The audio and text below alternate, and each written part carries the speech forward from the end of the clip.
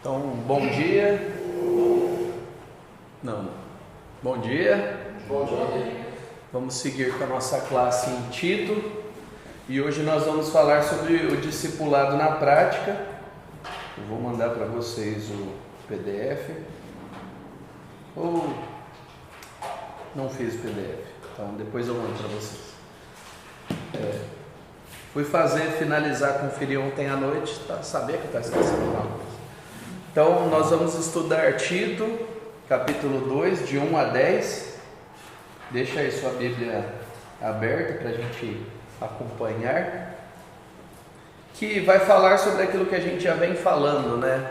A gente vem falando sobre o discipulado. Por que a classe de Tito vem depois de uma classe sobre discipulado? Porque a gente quer mostrar para vocês, né, e alinhar isso, de que o discipulado na vida da igreja é a resposta natural a abraçar o Evangelho. Então, todos nós vamos discipular no sentido de que pessoas olharão para nós e nos imitarão. A questão é se eles vão imitar coisas boas que vêm ou não, se nós vamos ser intencionais ou não, se nós vamos ser fiéis ou não. Então, o discipulado na prática é o relacionamento que nós temos como cristãos que visa encorajar, caminhar junto, né? Eu fiz o desenho aqui de que, como nós veremos no capítulo 2 de Tito, tanto os líderes, os homens idosos, as mulheres idosas, os jovens de qualquer tipo, eles precisam seguir a Cristo e eles precisam ajudar outras pessoas a seguir a Cristo. Essa é a dinâmica do cristão. E a importância de nós termos uma vida coerente é que nós vamos ensinar conforme somos e cremos. A gente não vai ensinar o oposto do que crê. Não faz sentido uma pessoa de outra religião estar aqui aprendendo e falando eu concordo com isso e exercitando outra fé. Então, as incoerências geralmente têm limites. Às vezes a pessoa pode até ter uma curiosidade intelectual, mas tem coisas mais ao fundo, tem coisas por baixo do coração. Às vezes ela só não admite e não quer abraçar a fé plenamente. Ela fala, eu gosto de estar com crente, eu acho que é legal o jeito que vocês vivem e tal, mas eu não quero me comprometer. Então, nessa maneira, essa pessoa, ao olhar para nós, ao ver a nossa união, a nossa postura, a nossa maneira de lidar com a vida, seguindo Jesus, ela vai ser constantemente convidada a seguir Jesus também. Ela vai ser confrontada com a incoerência. E a vida de pecado é uma vida de incoerência. E Jesus, ele traz coerência para nós, né? Porque a gente consegue lidar com os nossos pecados da única forma viável, que não é negando e nem fingindo, é lidando com eles. Beleza? Então vamos orar. Vou pedir para o Everton orar por nós.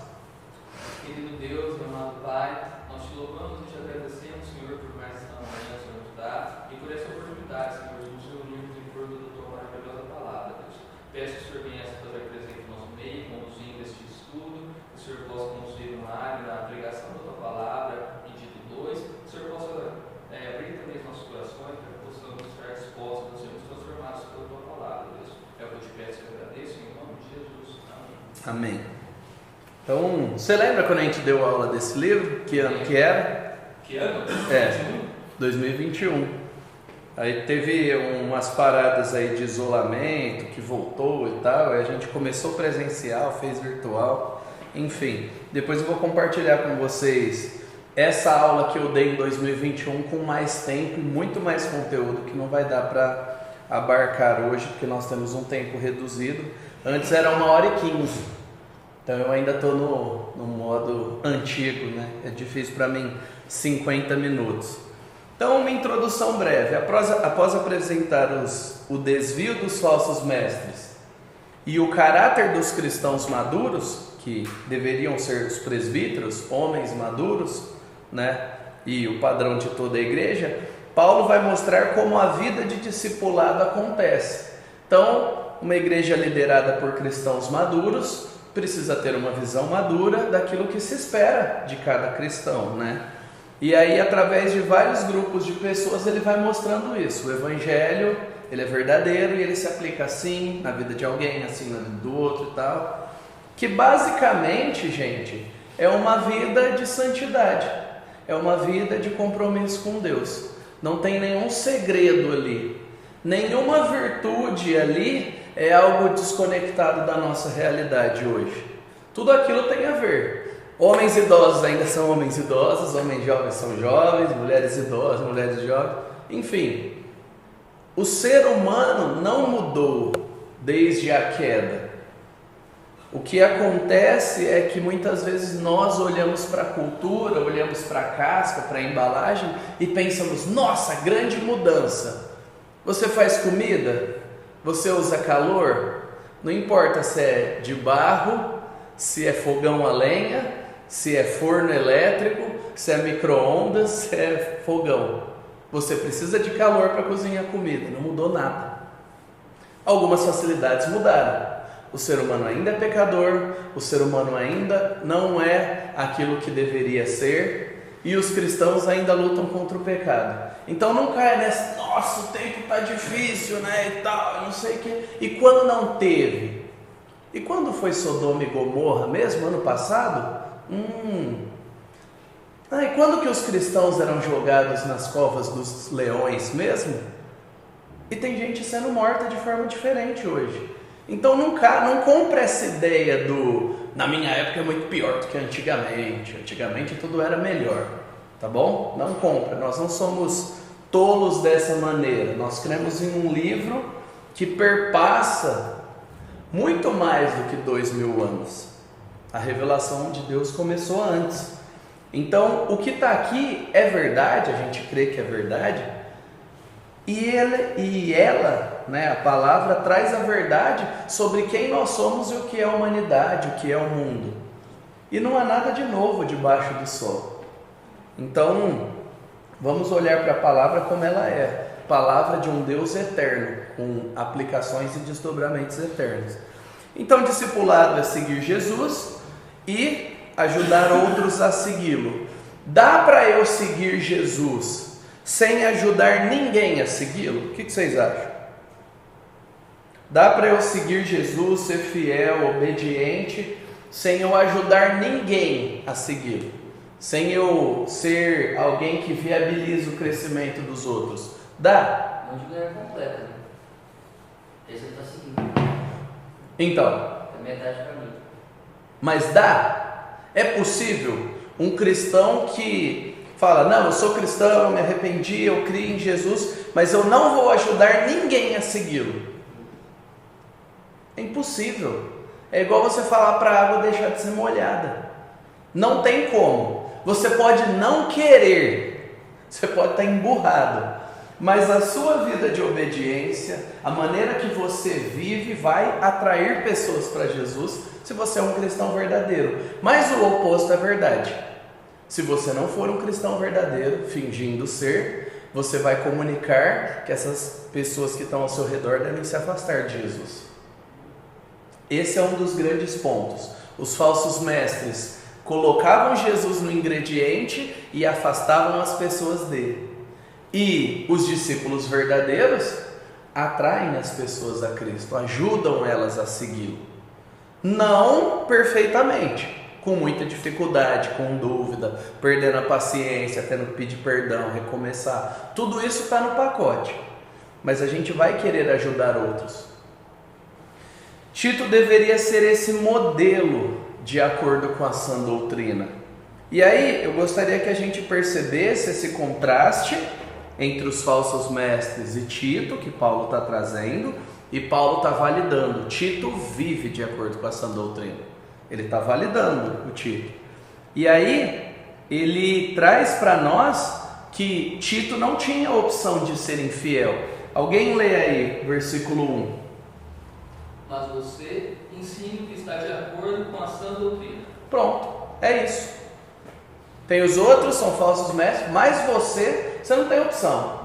Você tem que ensinar de acordo com a sã doutrina. Por quê? Porque você é fiel, você é um discípulo de Jesus.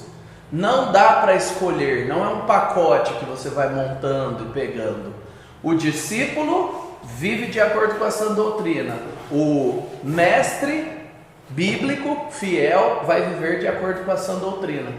Mas a gente sabe, gente, que há 10 anos atrás, muitos de nós críamos em muitas coisas diferentes.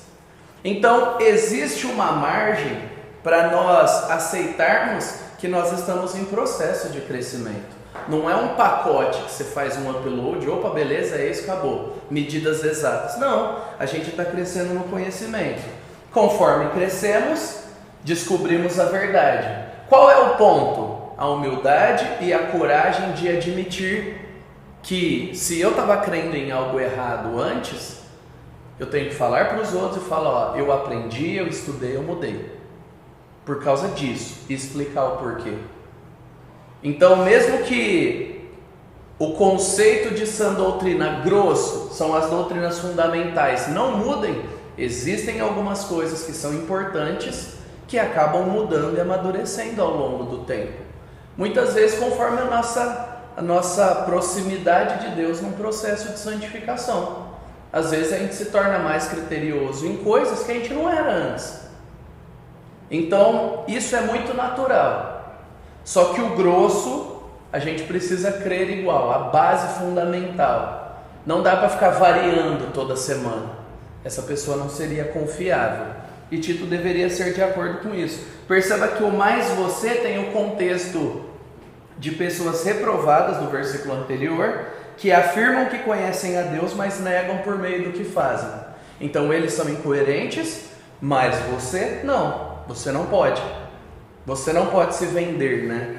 Tem até um álbum muito bom de um cantor chamado Marco Teles, com 2 L's, que chama Amado Timóteo.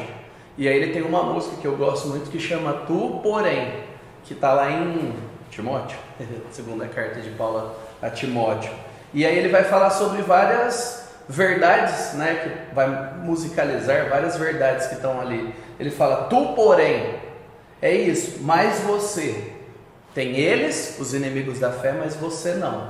E isso é um chamado que vale para o líder da igreja, vale para os pastores, presbíteros, líderes, mas vale para cada cristão. Tu, porém, não abandone a fé. Pessoas ao seu lado abandonarão, você não. Nós não temos o direito de jogar a salvação que Cristo comprou com preço para a lama, como se fosse relevante, secundária. Nós não devemos agir assim. Nós, porém, permaneçamos firmes. E aí, eu gostaria de perguntar para vocês qual que é a missão da nossa igreja.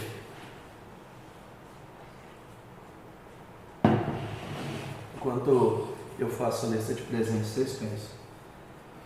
Qual que é a missão da nossa igreja?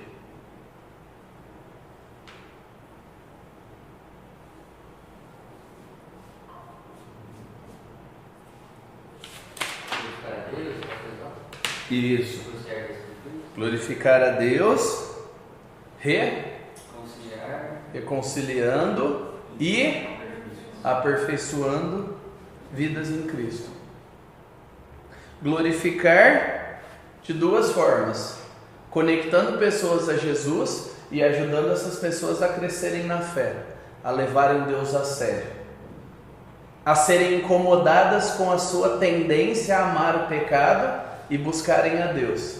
Então é um trabalho bonito e sujo também, porque tem pecado envolvido, tem muita coisa aí.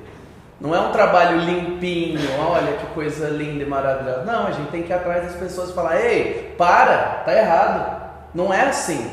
Seja coerente com a fé que você professou. E outros a gente tem que pegar do fundo do poço, que a pessoa está se achando um lixo, e falar, ei, Jesus morreu por você, tá bom? Vamos lá agora, a gente ajuda. Não acabou não.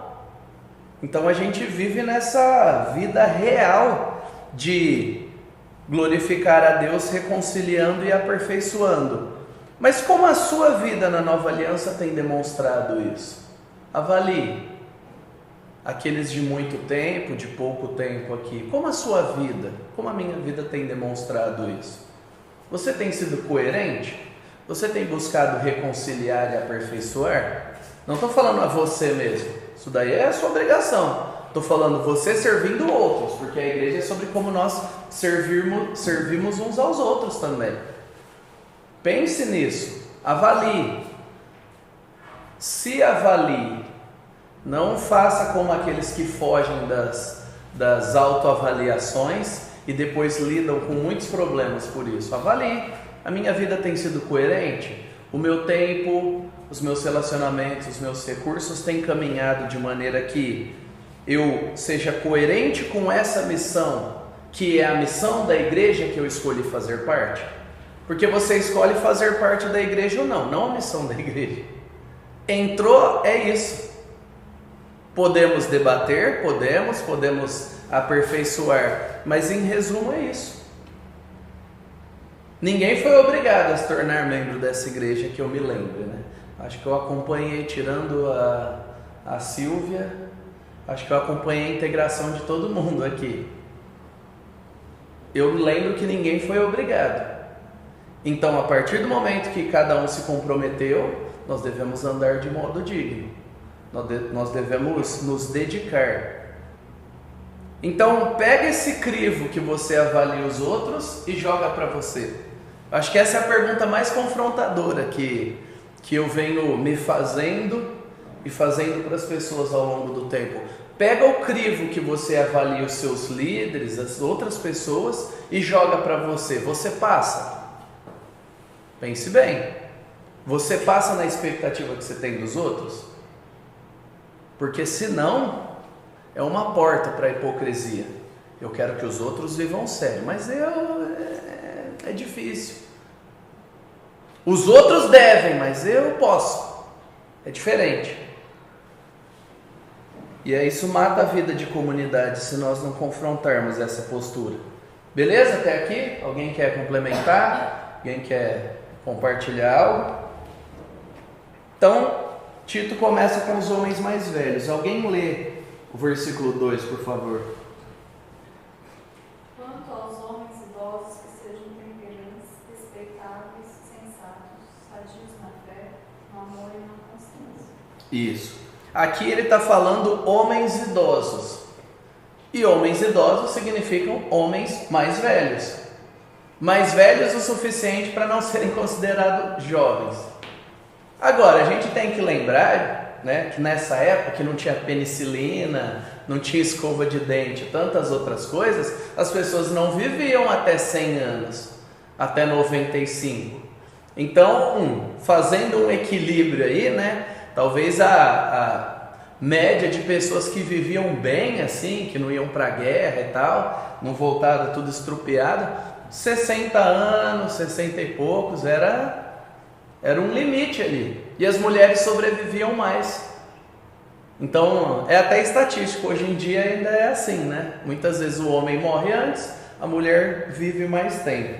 Não sei todos os indicadores que levam a isso, mas pensa que um homem de 45 anos, se ele vive até 60, já é idoso na mentalidade desse pessoal. Então, se você é mais velho que alguém, o princípio se aplica a você. Se você não é uma criança, você é mais velho que alguém. Se você é adulto, se você toma decisões, os princípios que estão aqui se aplicam a você. Você, homem. Porque só existe duas características na mentalidade da Bíblia. Não as estratificações sociais que começaram há 100 e poucos anos. Adolescente até os 30, adolescente até os 40, eterno adolescente. Não existia isso na mentalidade bíblica. Ou você era um menino, ou você era um homem. Beleza? Então quando a gente lê a Bíblia, não fica tentando achar adolescente, porque não existe. Ou você era uma menina, ou você era uma mulher. Com todo o peso disso. Assumir, se lascar, servir e se doar, como toda família é. Então hoje a gente vê essa mentalidade de homens que querem ser para sempre jovens, parecendo jovens. Eu preciso parecer novão. Não, vai parecer um idiota. Porque uma pessoa idosa que se veste como um adolescente parece um idiota. A verdade é essa. Uma mulher idosa que se veste como uma adolescente parece um tolo. e todo mundo sabe, às vezes a gente não tem coragem de dizer. Esse é um problema, porque não combina. Nós precisamos ser coerentes. Um adolescente, uma criança vestida de idoso, a gente vai achar estranho, porque não combina. Eu não estou falando de comprimento de roupa, eu estou falando de uma certa coerência. Você não espera ir num banco e encontrar alguém de bermuda e de camisa regata, de camiseta regata, para te atender, o gerente do banco. A não ser que ele está de férias, é você que está perturbando ele. Mas quando você vai no banco, você espera uma roupa adequada àquela responsabilidade. Então, essa questão da coerência com a nossa idade, com o que nós somos, para nós homens é importante. E essa fuga do envelhecimento joga contra nós. Você já viu alguém, não me chama de senhor, não, o senhor está no céu. E um besta está na minha frente, porque senhor é uma maneira respeitável de tratar. Sabe, a gente pega umas coisas, mulher, não pode contar a idade. Por quê? É crime? Envelhecer é vergonha ou é glória, segundo a Bíblia? Ou é honra? A gente precisa parar de ser besta e imitar o mundo. Envelhecer é um privilégio. A Bíblia fala que os cabelos brancos são a glória, porque você viveu com Deus. Ele te trouxe até aqui. Muitos não chegaram aos cabelos brancos. Então, o que se espera de alguém que acumulou essa experiência? Seja moderado, equilibrado, autocontrole. É alguém que não tem as tolices da juventude. Eu vi uma vaga no Facebook. A Coca-Cola vai abrir 20 mil empregos, né? Agora eu vou fazer um adendo aqui, porque mães e pessoas idosas são engraçadas. Antigamente falavam assim, não conversa com estranhos. Aí você cresceu. Aí agora ela descobre rede social e fala, vai abrir 20 mil vagas de emprego, eu vi lá no Facebook, manda para você, para os primos, para todo mundo. Aí você fala, não é assim, não é igual. Porque é um momento em que a pessoa não sabe lidar com aquele contexto. E você já deve ter passado por isso. Alguém mais velho que você conhece compartilhando um monte de mentira, coisa nada a ver. Coisa que até é autorrefutável. Mas porque eu recebi de alguém confiável logo. E antigamente era assim, gente. Se você ouvir algo de púlpito, ou de um pai, de um tio, de alguém confiável, dificilmente você questionava. Você não tinha fonte de comparação. Hoje nós temos. Hoje você consegue ver na hora. Então o critério de confiança que existia antes não funciona na era digital. A gente tem que lidar com outros recursos. Então não dá para agir igual. Na mesma medida, nós que somos cristãos não podemos agir iguais adolescentes, agir iguais crianças. O homem idoso, o homem mais velho, cristão, lembra que isso é uma igreja nova. Não tem gerações de cristãos. São homens que foram convertidos, mas eles já eram idosos quando Paulo planta a igreja. Então existiam características da cultura que não eram contrárias à Bíblia. E isso era santificado e aproveitado pela transformação do Evangelho. Então os homens mais velhos serem moderados era algo que era valorizado na cultura. Um cara que não separou 4 vezes, que foi constante no seu trabalho. Em qualquer cultura isso é falado como valorizado, como algo importante. Sejam respeitáveis, ou seja, dignos de respeito, sensatos. Aí ele coloca os elementos, sadios na fé, no amor e na esperança. Então perceba que o idoso aqui, ele precisa ter uma fé estável. Já passou da época de ficar duvidando quem Deus é, quem é você, uma crise toda hora, não dá. A pessoa que caminhou com Deus ao longo do tempo, ela precisa ter uma fé estável, coerente com aquilo que ela viveu e experimentou, frutificando até o fim. E aí eu coloquei, as enquetes. Eu gosto de enquetes, eu gosto de interagir com as pessoas. Coloquei a enquete, o que você mais sente falta no convívio como igreja com pessoas mais velhas? E a maioria colocou receber conselhos bíblicos e práticos. E tudo é pegadinha, gente. Responda, mas tudo é pegadinha. Tudo você vai se mostrar, tudo você vai ser avaliado. Porque é assim que a gente cresce. vê-los envolvidos em ministérios. 6 pessoas colocaram. Sabe o que é isso? Eu estou me lascando em ministério e gente que poderia estar servindo mais madura está sentada, está deitada, está ausente. Não está ensinando, mas às vezes está criticando de longe. Na minha época era melhor. É melhor se calar do que fazer isso. Esse tipo de idoso é uma vergonha. Quando deveria estar ensinando outros, está lá dificultando, criticando de longe. É compreensível esse sentimento, já senti muito. Agora, receber conselhos. Você pede? Às vezes o tolo é o que não pede. Eu espero receber. Como? Do céu? Se você não se relacionar com alguém mais velho e tiver paciência para ouvir a mesma história 10 vezes, você nunca vai chegar na sabedoria que aquela pessoa tem. É tempo, gente. É parar a correria e investir tempo. É uma postura passiva. Eu quero receber conselhos. Mas você pede? Você enxerga? Você tem a quem pedir? Eu acredito que tem. Tem gente mais velha que você. Mas será que nós não somos aquela geração que a gente critica os outros? Os mais jovens são arrogantes. Será que a gente não é mais arrogante? Olha os idosos e fala, não, esse idoso não é CEO, não fez pós, não tem doutorado. Como é que ele vai me dar um conselho prático? Admitamos no nosso coração. Ele não tem o padrão de vida financeiro que eu tenho com 30, 40 anos. Como que eu vou falar com ele? Eu quero bam, o melhor. E aí a gente perde a sabedoria pelo ralo, por causa da nossa arrogância. Por outro lado, a outra resposta é que eles tomem a iniciativa de conversar com os mais novos. Esse tipo de homem idoso deveria tomar a iniciativa de conversar com os mais novos? Sim, porque ele caminhou com Deus e ele sabe.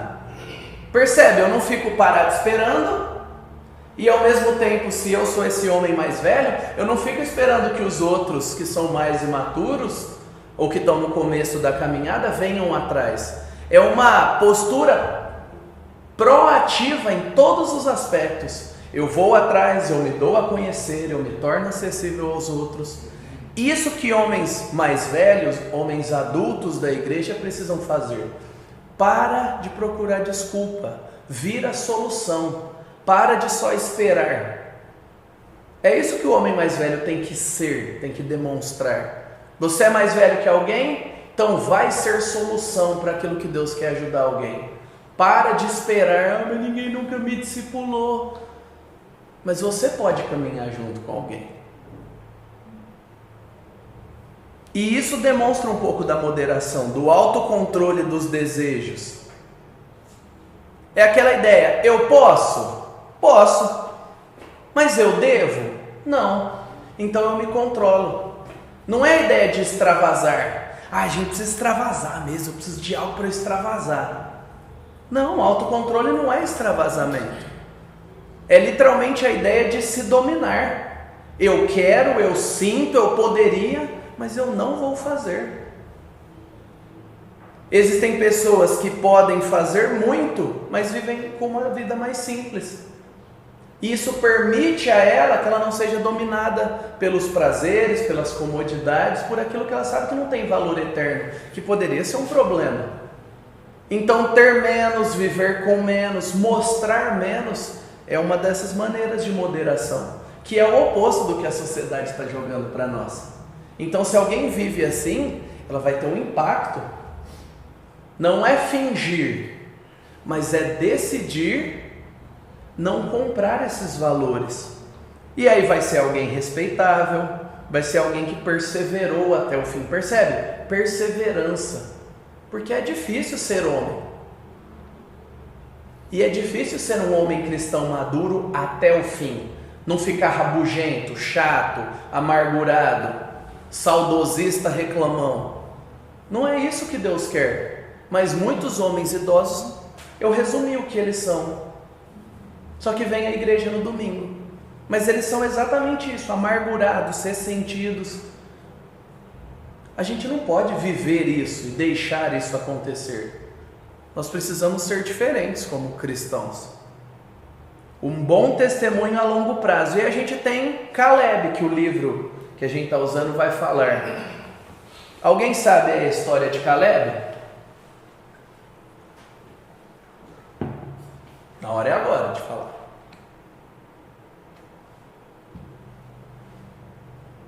Então vamos ler na Bíblia porque não deu. Números 13.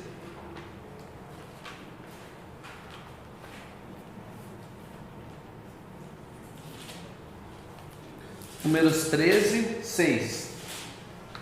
Alguém lê aí. Da tribo de Judá, Caleb, filho de Jefoné. Isso. Então aqui ele está falando sobre aqueles homens que foram escolhidos para olhar a terra prometida. Caleb é de qual tribo? Judá. Uma tribo de liderança. A tribo do qual Jesus descendeu. Isso é um aspecto. Tinha peso, tinha responsabilidade. Era uma pessoa que se esperava que agisse de acordo com as expectativas que se tinha. Mas aí em 14, 6 a 10, alguém lê aí rapidinho. E Josué, filho de Nun, e Caleb, filho de Jefoné, que eram daqueles que espiaram a terra, rasgaram as suas roupas e falaram a toda a congregação dos filhos de Israel, dizendo: a terra pela qual passamos para espiar é terra muitíssimo boa. Se o Senhor se agradar de nós, então nos dará essa terra, que é uma terra que mana leite e mel. Então somente não sejam rebeldes contra o Senhor e não tenham medo do povo dessa terra, porque como pão os podemos devorar. A proteção que eles tinham se foi. O Senhor está conosco, não tenham medo deles. Apesar disso, toda a congregação disse que Josué e Caleb deviam ser apedrejados. Porém a glória do Senhor apareceu na tenda do encontro a todos os filhos de Israel.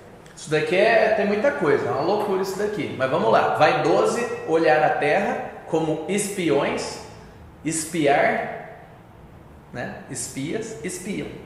Foram lá olhar a terra, aí 10 falam, não tem jeito, os caras é brabo, não vai dar conta.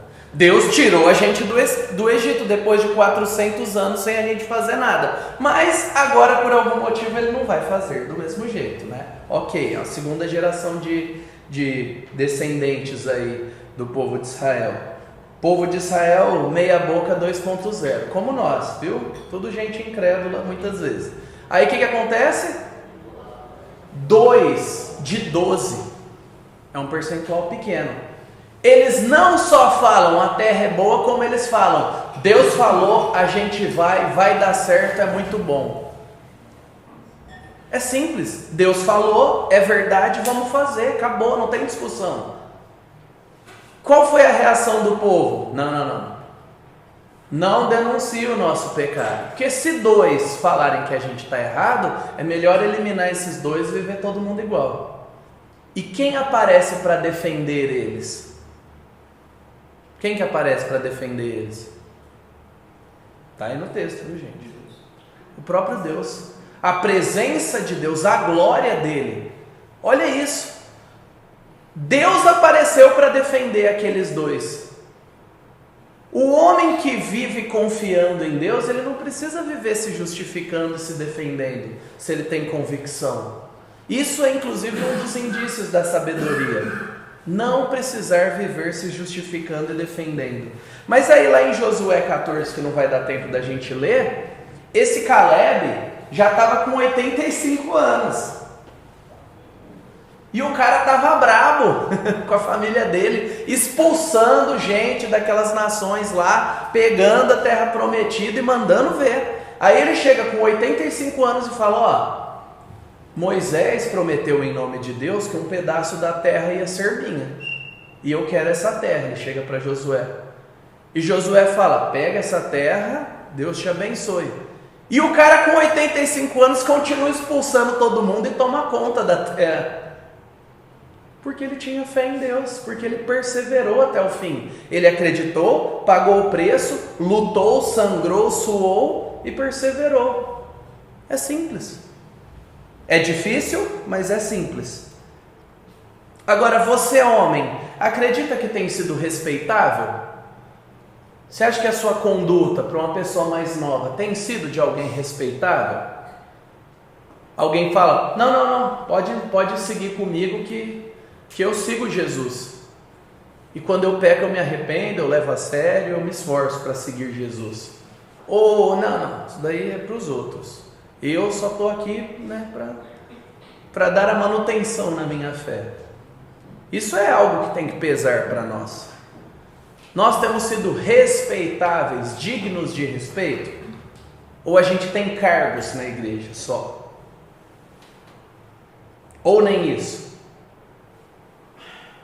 Alguém pode te imitar, pensando na sua conduta em casa, no trabalho, na igreja?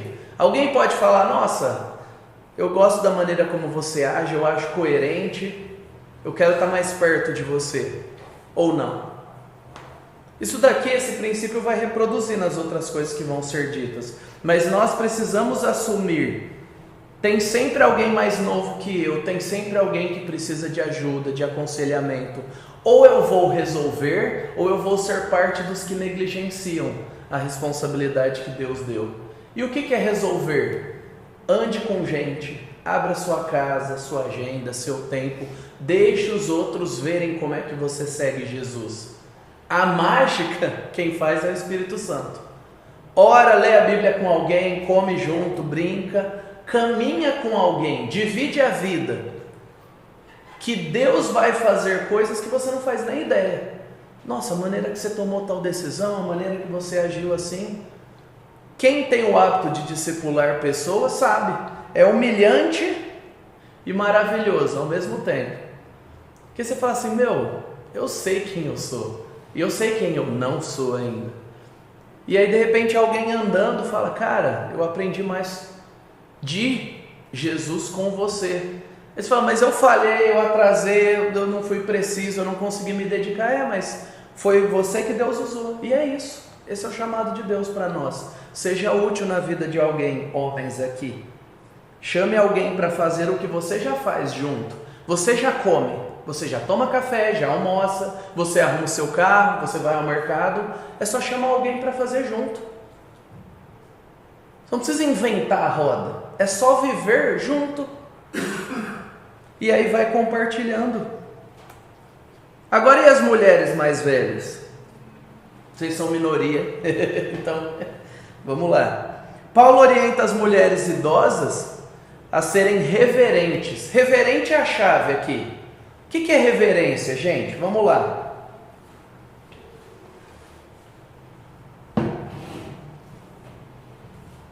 Então vamos lá.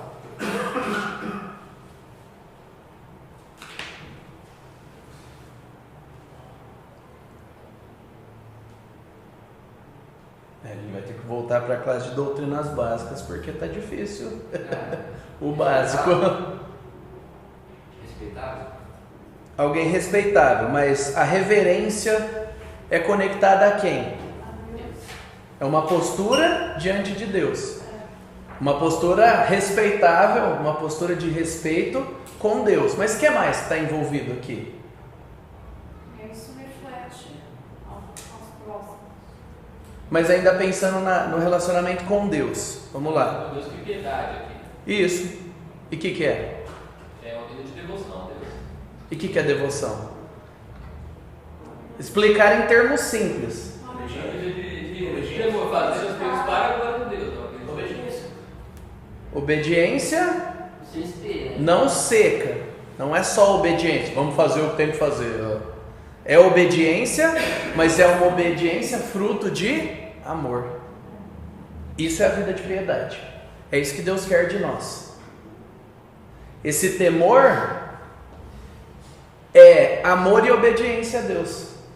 A gente precisa conseguir resumir as coisas de maneira simples. O que é alguém reverente? É alguém que ama a Deus e que porque ama quer obedecê-lo, quer que ele faça parte da vida. É alguém que se torna sensível a Deus. Eu quero ouvi-lo e eu quero que ele faça parte da minha vida. Eu quero que aquilo que ele diz faça parte da minha vida. É isso que é ser reverente. E a mulher reverente, ela vai lutar contra as tendências da cultura. E aqui ele está falando de pecados culturais de Creta, que se aplicam em várias outras, mas não caluniadora, escrava do vinho. Lembra que ele fala sobre no capítulo 1 sobre a cultura lá de Creta, cretenses, lá no capítulo 1, que ele fala no versículo 12, os cretenses são sempre mentirosos, ou seja, falam mal, falam para enganar, feras terríveis e comilões preguiçosos. E comida pode incluir bebida aqui também, o pessoal enche o caneco. Então, esse é o padrão. Cretenses não são homens, são pessoas daquela cidade. Agora elas se converteram, elas amam a Deus, elas precisam ser reverentes. Como viver? Não haja como todo mundo que você olha lá fora, mulheres mais velhas. Lute contra a tendência que você aprendeu. Mas a minha mãe fazia assim. Não interessa, sua mãe fazia errado. Você tem Jesus. Aprenda, faça diferente. Mas a minha mãe fazia isso que é certo. Então faça isso que é certo, segundo a Bíblia. Simples. Pensa que essa é uma igreja jovem e as mulheres vão trazer essa bagagem. Não são filhos de crentes de anos. São pessoas que estão lutando com a cultura que elas viveram 30, 40 anos praticando. E agora Jesus causa uma mudança. Como elas devem ser? Não caluniadoras, não fofoqueiras, não falar mal dos outros. Ah, mas só a mulher faz isso? Não, tem um monte de homem fofoqueiro também. Mas aqui é um pecado que era mais característico delas. Ah, não escravas do vinho. O pessoal gostava de beber e não era pouco não. Mas a ponto de ser escravizado, a ponto de precisar do vinho para viver a vida, para se divertir. Mas aí ele usa o termo mestras do bem. Isso daqui não é mestre no sentido de vai na igreja, ensina, dá palestra. É a ideia de alguém que vive de maneira que ensina os outros com a vida. É uma pessoa que é habilidosa no bem. E bem aqui está ligado com outras pessoas. Não é o meu bem, bem para mim. Não, é uma pessoa habilidosa no bem para os outros. Por que aqui a gente está pressupondo que essas mulheres mais velhas estão casadas ou casaram e têm filhos ou tiveram? E elas aprenderam a viver para outros. O homem mais velho tem que viver para outros. Todo cristão vive para outros. A essência do cristianismo é viver para o outro. É deixar que outro te desgaste. Dependa de você. Te use. É isso. O que nós fizemos com Jesus? Isso. Ele se deixou se doar. Ele se exauria servindo outros. A gente tem que fazer isso pela nossa família, pelos nossos irmãos na fé, pela nossa igreja. E às vezes até por desconhecidos que estão perto da gente que Deus colocou a gente ali é para fazer isso mesmo. E as mulheres deveriam fazer isso. Agora, lembra do contexto em que mulheres e homens não viviam tão misturados assim, a não ser em casa. Então as mulheres mais velhas instruam as jovens. Você tem acesso a jovens. Tem sempre alguma mulher mais jovem que você. Pega o que a Bíblia diz, aquilo que você aprendeu a partir da Bíblia e instrua. E aí Paulo vai colocar: amar o marido e filhos, serem sensatas, puras, boas donas de casa, bondosas e sujeitas ao marido. Meu Deus, que absurdo! Absurdo o quê, gente? Isso é a vida, é a base da sociedade. Se incomodar com isso deve nos fazer nos incomodar com a frase: Jesus ressuscitou e Jesus te salva. É a mesma coisa, é a mesma Bíblia. Você se incomoda com a frase Jesus te salva? Ele te perdoa? Então não tem que se incomodar com a frase que se espera que as mulheres mais velhas instruam as mais novas, sejam boas donas de casa e tal. Aqui não está falando você é um lixo se não trabalha fora. Não está falando isso. Está falando que o padrão cristão é elevado. Só que aí o pessoal problematiza e traz as besteiras do nosso tempo como se a Bíblia devesse ser revisada. Eu não. Esse é o padrão bíblico. Acabou. A gente tem que amar a Deus e custa. Custa para a mulher se dedicar ao marido e aos filhos? Custa muito. Custa para o homem se dedicar à mulher e aos filhos? Custa muito. Custa para todo mundo. A gente tem que entrar na discussão com a cabeça correta. A gente só vive isso pela obra do Espírito Santo. E ao invés de perder tempo discutindo sobre o feminismo que invade a igreja, a gente tem que discutir sobre o pecado que está no coração de todos nós, que é o egoísmo, que faz a gente não querer ter família, não querer se dedicar a ninguém. O feminismo é filho do egoísmo. E o machismo é filho do egoísmo também. Então aqui o ponto: instrua as jovens a amarem as suas famílias. E o mesmo princípio, serem sensatas, é o mesmo que moderada, é a mesma palavra. É o que se espera do homem mais velho, se espera da mulher mais velha, vai se esperar dos jovens. Uma vida equilibrada, constante, que toma decisões com base no que a palavra de Deus diz. Se espera de todos aqui. Ninguém tem o privilégio de ser acessível e os outros não, eles não vão ter acesso. Todos temos acesso a Jesus. Todos temos acesso uns aos outros, a não ser que a gente se esconda. E a gente tem que fazer uma boa influência na vida um do outro. Agora, a habilidade em promover o bem e guiar mulheres mais jovens e serem fiéis em dona de casa está totalmente conectado com ter uma família. Se ela não tiver uma família e quiser viver sem casar, isso daqui não se aplica a ela. Ela não precisa cuidar da casa do marido, dos filhos. Quis casar? Então vai cuidar da casa, do marido e dos filhos. Como se cuida? Aí isso varia. Tem várias formas de cuidar. Tem mulheres que cuidam trabalhando fora por um período, durante muito tempo. E eles vão pagar o preço. E tem mulheres que ficam em casa e vão pagar o preço ficando em casa. Aqui não está falando quem é melhor ou pior. Nessa época as mulheres não trabalhavam fora. Hoje elas trabalham. E como a gente vai viver? A gente vai viver procurando ser fiel a Deus e não procurando criar regras que não existem. Então, se eu ganhar dinheiro, colocar minha mulher em casa, minha família automaticamente vai ser boa? Não. Então, se minha esposa trabalhar fora, automaticamente minha família vai ser ruim? Não. O negócio tem a ver com ser fiel a Deus.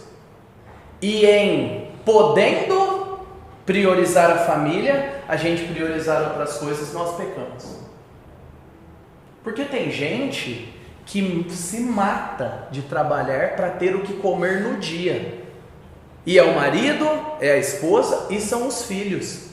Isso aconteceu logo depois da Revolução Industrial. Todo mundo, crianças de 5 anos trabalhando 10 horas, 12, 15 por dia, morrendo. Não era um privilégio, era a vida, era isso ou morrer de fome. Agora, se eu posso ter o privilégio de me dedicar mais à minha família e fujo para o trabalho, aí eu estou sendo infiel a Deus, seja homem ou mulher. Se eu terceirizo a mão de obra para empregados, quando eu poderia estar envolvido na vida dos meus filhos, cuidando da minha esposa, aí eu estou sendo infiel a Deus. Beleza, tá mais claro? Para tirar pesos que não precisam. Você falou que isso aí não deveria mudar porque a Bíblia é igual ao resto, sem dúvida, né? Tudo que está na Bíblia é verdade. Mas por que a gente não observa, por exemplo, as músicas dos Coríntios de usar véu? Porque aquilo lá era cultual e cultico. As mulheres de Corinto usavam véu, aqui elas não usavam véu. Então ele não trouxe para cá. Então em Corinto as prostitutas cultuais raspavam a cabeça. Então as mulheres da igreja deveriam viver diferente. Assim como aqui as mulheres eram caluniadoras, aquela ideia, fala mesmo, é isso mesmo, mulher forte é isso. E ele está falando, não seja desse jeito, não seja caluniadora. Então a aplicação é pontual para um princípio eterno: moderação, equilíbrio, devoção. Então lá em Corinto era um problema, use o véu por causa disso. Aqui, por exemplo, em sociedades já cristianizadas, que as pessoas eram abstêmias, não precisava falar, não seja escravo ao vinho para a igreja, porque eles já eram pessoas que não faziam uso, ou faziam uso, mas não eram escravizados, em sua maioria. Aqui é a cultura delas beber muito. Então tem os elementos culturais e os princípios eternos que perpassam, né? Que você consegue perceber ao longo de todas as escrituras. Então, o chamado da mulher para ser mãe, se ela tem filhos, para ser boa esposa, se ela quis casar. E elas não tinham muitas opções, às vezes, de não casarem, viu, gente? É mundo real aqui. Mas se casou, dentro do que Deus coordenou e da providência, tinha que viver. E elas casavam com desconhecidos, às vezes.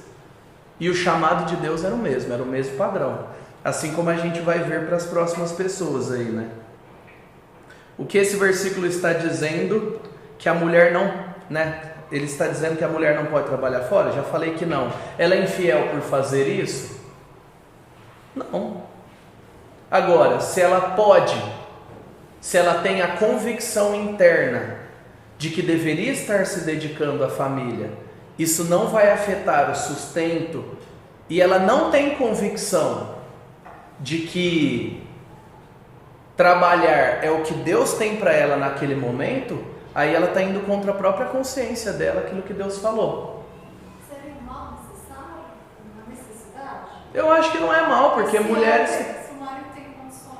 Não, então, aí, se há condições e se ela entende, se ela tem essa convicção de que de fato é isso que Deus quer para ela, porque existem mulheres que trabalham fora e são fora de série, e elas cuidam melhor do que muitas outras, que às vezes estão em casa capengando, fica lá, larga o filho na televisão, sai com as amigas e tal. Então assim... Presente, mas ausente. Exatamente, não é o critério. Tem pessoas que trabalham muito, ficam fora, mas se dedicam e são muito envolvidos na vida dos filhos, e outros que estão lá todo dia, mas estão totalmente desconectados. Então não é uma receita de bolo, sabe? Demanda dedicação de todos. E não ser ressentidas, né, com Deus pela forma que Ele organizou as coisas. A gente tem que ser grato. Se a gente for viver ressentido, Deus me fez marido, líder, coitado de mim, é difícil. Para! A gente tem que ser homem e tem que ser mulher. É o que Deus deu pra gente. E a gente tem que ser gratos. Porque quem merece o inferno, cada dia fora dele é lucro. Por mais difícil que seja. Alguém lê aí, por favor? Não que as jovens não possam ter uma carreira profissional, mas se elas são esposas e mães, o lar é o principal lugar de trabalho, o chamado. Estarem ocupadas em casa não é apenas um contra-ataque contra a tentação da preguiça em casa, mas um contra-ataque à tentação de ficarem super ocupadas em outros lugares, de buscarem uma vida além daquela que Deus lhes deu. Tem mulheres que se escondem na igreja, em ministério, em hobby, em clube, trabalhando fora ou estando dentro de casa. Então o princípio bíblico aqui é: priorize o que é prioridade. Vale para os homens e vale para as mulheres. E a sua família é prioridade. A sua família na fé é prioridade. Quantas horas, Mário? Aí depende da vida que Deus te deu. Se você tiver muito tempo, dedique muito tempo. Se você consegue trabalhar 1 hora, ganhar dezenas de milhares de reais e ficar com tempo livre, e você consegue viver dessa forma, entende que você glorifica a Deus desse jeito, viva. Se você tem que trabalhar 12, 13 para sustentar a sua família, para poder viver e dar uma condição de vida adequada, trabalhe, mas saiba que você tem que ser fiel. Não dá para transferir, não dá para terceirizar, não é escola, não é igreja. Aí você vai equilibrando conforme dá. E às vezes o que dá é sobreviver. Em muitos momentos o que dá é sobreviver. É fazer tudo o que você pode e sobreviver. Em outros você vai planejar a viagem de férias. Mas isso não é parte do pacote do que Deus deu como sustento. Alimento, comida, teto. Alimento, comida, teto e trabalho são coisas que Deus nos dá, que Ele está comprometido. Agora, se eu vou tirar férias na Disney, se eu vou tirar férias numa roça, isso daí é extra. Isso daí não é subsistência. A gente precisa se lembrar disso. O extra e o privilégio é privilégio. Agora, aos jovens, exorte-os é uma palavra mais dura. Uma cultura do pessoal cachaceiro, falador, sem vergonha, como que os jovens vão ser? Cada vez piores. Tudo de pior que a cultura traz, a próxima geração aperfeiçoa. É sempre assim. Existem coisas boas que a próxima geração aperfeiçoa e existem coisas ruins que a geração aperfeiçoa. É a tendência, gente. Nós vamos aperfeiçoando elementos da cultura. Então Paulo fala, exorte para que em todas as coisas sejam moderados. A tendência do coração é você chutar o pau da barraca. Tenha autocontrole. Não aceite a postura do adulto adolescente, pessoa sem compromisso. Eu tenho 18, 19, 20, 21, 30. O problema não é morar com os pais. O problema é por que você mora com os pais e tem medo de crescer.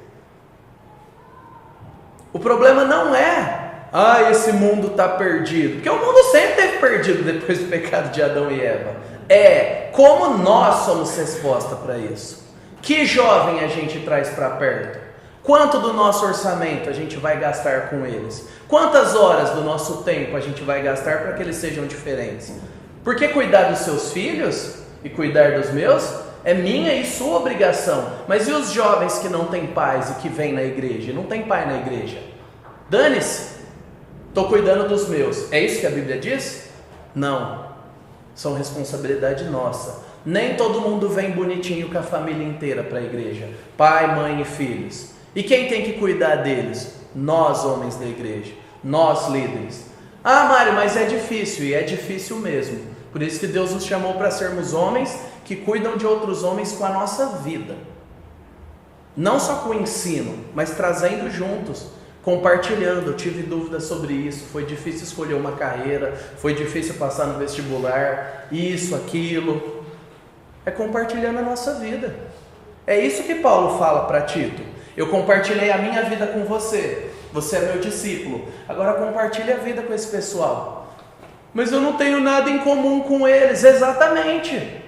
Você vem de uma origem X, eles vêm de uma origem Y. E daí? Se esforce. Escute. Conheça. Mas eu não sei o que é Snapchat. Eu não sei o que é Instagram. Aprenda, corre atrás. Se é uma ferramenta necessária para você comunicar o evangelho para quem precisa, se vira. No seu trabalho, se alguém falar, para promoção você tem que ler esse livro aqui em 2 dias, você faz o quê? Dá chilique? Você resolve. Deus nos deu uma cultura e pessoas para a gente servir. Vamos correr atrás. Mas aí meu Netflix vai ficar para depois. Mas aí eles vão vir e vão comer muito, porque jovem come muito. Então faz prato barato, se não tem muita grana. É o que eu faço em casa, faz tapioca. Tapioca é bom, barato, a pessoa põe o recheio que ela quer. Mas deixar de estar com as pessoas e viver apontando o dedo para os outros que não tiveram apoio, não é a resposta que Deus tem para nós. Tem sempre alguém mais novo. Tem sempre alguém precisando de oração, de apoio, de bons conselhos e de bons exemplos. E gente, jovem vai errar mesmo. Quem aqui não errou quando era jovem? Não fez besteira, não falou o que não devia. A questão é que fica gravado nas redes sociais deles. Viraliza. Na nossa época era Orkut, não viralizava tanto. Dependendo, Facebook. Agora pega, se alguém printar e guardar para sempre as besteiras, as decisões ruins que você fez, você vai gostar? Eu também não iria gostar. Por que a gente faz isso com muitos jovens? Isso daí da igreja não tem jeito. Eu era o jovem sem jeito da igreja. Sabe por quê? Nas igrejas que eu cresci. Porque eu questionava os filhos de crentes que iam para as baladas custeados pelos pais líderes, que depois vinham na reunião de oração que eu ia e os filhos não. Pedi oração pelos filhos. Meu filho está indo em show. Quem que deu dinheiro para ele? Eu, mas é duro falar isso. Quem que leva para beber? Eu. Quem que compra bebida em casa? Eu. Então para de ser tolo. Não adianta vir aqui pedir oração na igreja e nutrir o vício do seu filho. Muda. Aí espera chegar com 18 anos, vai para a faculdade e fala, os jovens da igreja não amaram meu filho. Você ficou 18 anos com ele. E é duro ter que falar isso. Ninguém fica feliz. Mas a verdade tem que ser dita e o alerta tem que ser feito. E aqueles jovens que não têm o privilégio de ter pais na igreja, como eu não tive, contam com a graça de Deus através de vários outros homens. que vão olhar e vão falar: eu vou andar com você. Quem aqui teve algum homem que não foi seu pai, que investiu na sua vida, que gastou tempo com você, que orou com você? Quem? É isso. Desastroso o fato de o discipulado não ser natural. Desastroso. Você é do tipo: na minha época que era bom, os homens de antigamente que tiravam o fio de barba, os jovens de hoje não prestam, essa geração não sabe organizar nada, a igreja está perdida desse jeito. A igreja nunca esteve perdida e nunca vai estar. Os jovens de hoje não prestam como não prestaram em época nenhuma. Quem presta é Jesus, que está transformando todo mundo. Agora, nós somos chamados hoje a pôr a mão na massa e nos envolvermos. E aí, aos líderes de qualquer idade, e você se é pai, se é marido, se é um adulto na igreja, e se você serve, você vai ter alguma função. Seja exemplo, seja íntegro, boas obras, devoção, ensino correto. Homem de verdade ora, homem de verdade chora, homem de verdade é sensível às mulheres ao redor. Jesus foi homem de verdade. Mas eu não vou ficar chorando toda hora. Não vai mesmo, porque na hora de trabalhar você trabalha. Hora de chorar você vai no banheiro, chora, ora, levanta e vai trazer o sustento para sua família. É assim. Eu estou com dúvida, procure alguém. Nós, homens mais velhos, que somos pais, que somos irmãos mais velhos, temos que aprender a dar bons exemplos. Exemplo de boas obras. Mas você percebe? Reverência, bom ensino, tem que ter o que ensinar. Uma linguagem sadia. Olha a importância da linguagem. As mulheres eram faladoras, e aqui ele fala sobre linguagem sadia. Era um problema da cultura, assim como é nosso. Todos nós temos que lutar contra falar besteira, fazer piadinha. Ele, hein? Quinta série. Pelo amor de Deus, gente, vamos crescer. Vamos ajudar os homens ao nosso redor para crescer. Essas piadinhas idiotas não edificam a gente. Sabe, a gente fica misturando besteirinhas, mas quando fazem com a gente fica chateado. E as mulheres da mesma forma. Mas como eu estou em ambientes de homens, eu não sei como é que é a forma das mulheres. Mas não aceite um líder impiedoso, sem piedade, e que seja infiel no ensino. Não aceite, questione. O seu ensino está sendo infiel nisso. Que nós não sejamos covardes, do tipo: eu não posso falar nada para o líder, porque Deus que colocou lá, o ungido do Senhor. É problema da igreja se alguém está agindo mal, não é meu, é seu sim. Se você está vendo, é problema seu. Se Deus colocou perto de você, é porque você tem que orar e procurar formas de se envolver. Nem que seja procurar ajuda e ter conversas difíceis, e colocar o seu na reta, sua palavra, sua vida. Aqui ele está falando para Tito, mas se aplica a qualquer tipo de liderança.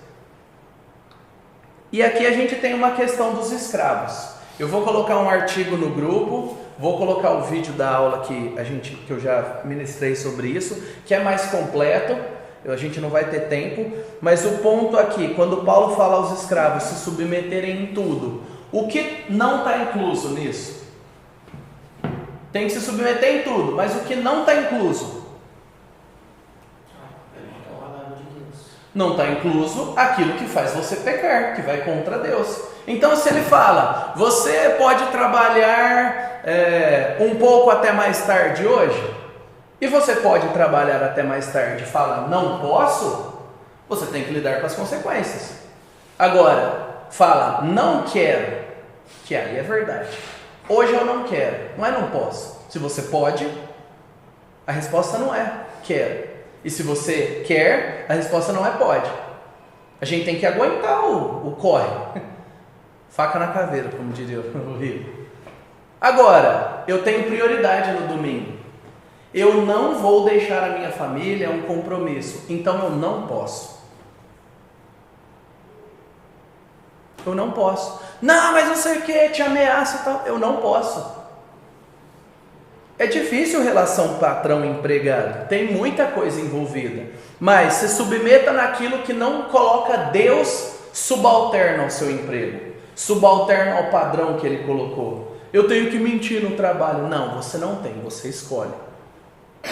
Se não tem uma faca no seu pescoço, e ainda que tenha, você pode escolher morrer. Porque tem muita gente que morre sem negar a Cristo. Ah, Mário, é fácil para você falar? É fácil? 280 pessoas me avaliando o tempo todo. Você não sabe quantas passam na minha sala. Só para falar que eu fiz de errado, segundo elas. Ou fiz de errado mesmo, tem que pedir perdão. Todos somos avaliados, todos pagamos o preço, todos sofremos. E é assim, gente. Agora, os empregados, naquela época tinha os escravos, mas os empregados hoje precisam procurar agradar os seus patrões. Essa daqui é um chute na boca do estômago. Além de ser produtivo, eu tenho que querer agradar? Você tem que orar por eles. Você tem que querer que aquela pessoa tenha uma vida boa. Não é a mentalidade revolucionária. Eu estou aqui trabalhando e o cara está comprando carro novo. É isso. E você aceitou esse salário. Então fique feliz que ele está comprando um carro novo e que você tem o seu salário, e é isso. Não é essa mentalidade ressentida. Então abra o seu negócio e trabalhe igual ele, ué. Então essa mentalidade ressentida não cabe para nós. E nem a mentalidade derrotista. Se eu sou crente, eu nunca vou crescer na empresa. E tem um monte de exemplos aí que não é verdade na história da igreja e na nossa igreja. Agora, não negocie seus valores para isso. Porque senão não vai valer a pena, independente de onde você chegue. Tem que agradar naquilo que não faz você desagradar a Deus. Tem que se dedicar, não ser respondão, não roubar, que é a ideia de pequenos furtos. É ser proativo em abençoar os patrões, ser fiel no trabalho. Não ficar se beneficiando com as coisas do trabalho. Ah, vou pegar isso, vou resolver aquilo, vou gastar combustível aqui, tal. Não. Se não é seu, não use. Ou peça e corra o risco de ouvir não. Eu posso usar o carro da empresa? Não. Tá bom. Pode. Põe o combustível. Seja fiel. Faz segundo foi dito. Não é só agir quando é mandado, ser preguiçoso, reclamão. Segunda-feira, nossa, aí você já aposta, vamos para a luta, que tá difícil. Quem deu o trabalho foi Deus. Tem um monte de gente que não tem trabalho, que gostaria de ter o nosso privilégio. Então vamos lutar contra a nossa tendência de achar que o trabalho é um problema. E é Deus que nos dá satisfação, não é o nosso trabalho. O trabalho é um meio de servir a Deus. Mas se você quer buscar alegria no seu trabalho, você vai viver frustrado. Porque às vezes o trabalho de alguns é com fezes, seja limpando esgoto, matando bicho, arriscando a vida. O trabalho de outros é com saque. É gente que está com a faca pronta para cortar o pescoço de alguém em forma de palavras. E a pessoa vai ouvir irritação, reclamação e palavrão todo dia. E se foi isso que Deus te deu no momento, lide com isso.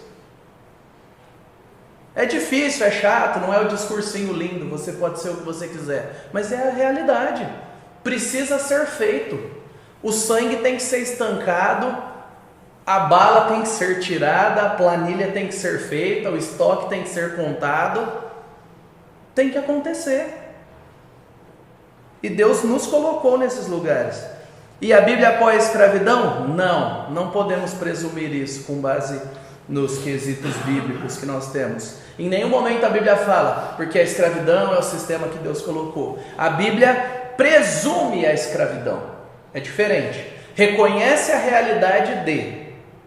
Não é apoiar. Ela reconhece que era um sistema.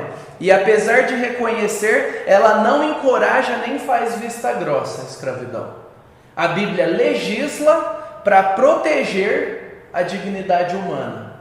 Já que existe, a gente não está nos novos céus e nova terra, todos aqueles que são tementes a Deus precisam se comprometer com os valores bíblicos.